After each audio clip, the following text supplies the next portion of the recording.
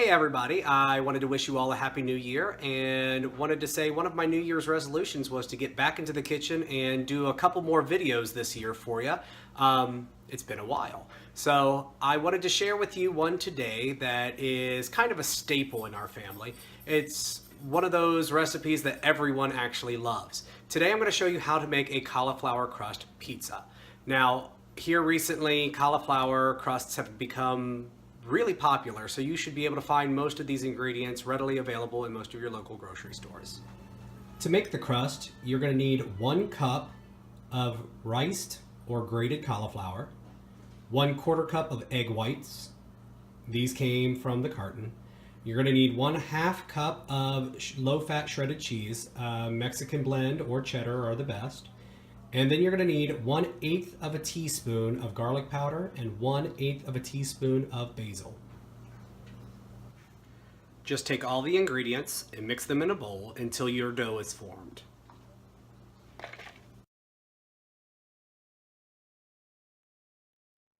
Once your dough is formed, put a piece of parchment paper down on a cookie sheet, lightly sprayed with cooking oil, and then put your dough on there. Now, shape, it all depends on if you like round pizzas or if you like to go old school and get your rectangular school pizza back on. Doesn't matter, it's going to cook just the same.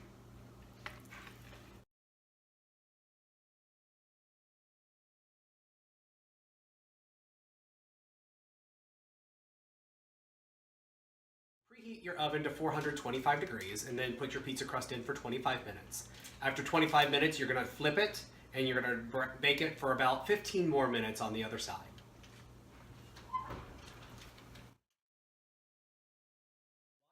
Baking, go ahead and start preparing your toppings. Today we're just going to do a classic cheese pizza. So all I'm going to need for this is 1/2 cup of low-fat mozzarella cheese and 1/2 cup of diced Italian tomatoes. We like our tomato sauce to be relatively smooth, so I'm going to use an immersion blender on this and puree that up. However, if you like chunky tomatoes as your sauce, you can just put this directly onto the crust as is, or you can use a food chopper or just crush the tomatoes to whatever consistency that you would like. One thing that we like to do is to make several batches of the cauliflower crusts.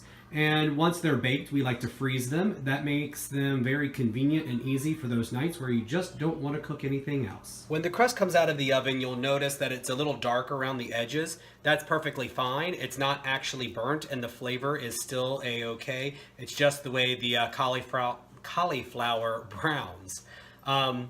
Once it's like this and you're ready to go, you put your toppings on, put it back in the oven to broil for about 5 to 10 minutes until the cheese is melted. Then dinner's ready. Cauliflower crust pizza. It's delicious and it's actually good for you. Now, if you wanted to do different toppings, that's completely okay. You just need to make sure that you remove the proper amount of cheese for the other lean proteins that you put on there as toppings. Just evidence that eating healthy doesn't have to be bland or boring. Remember to eat healthy.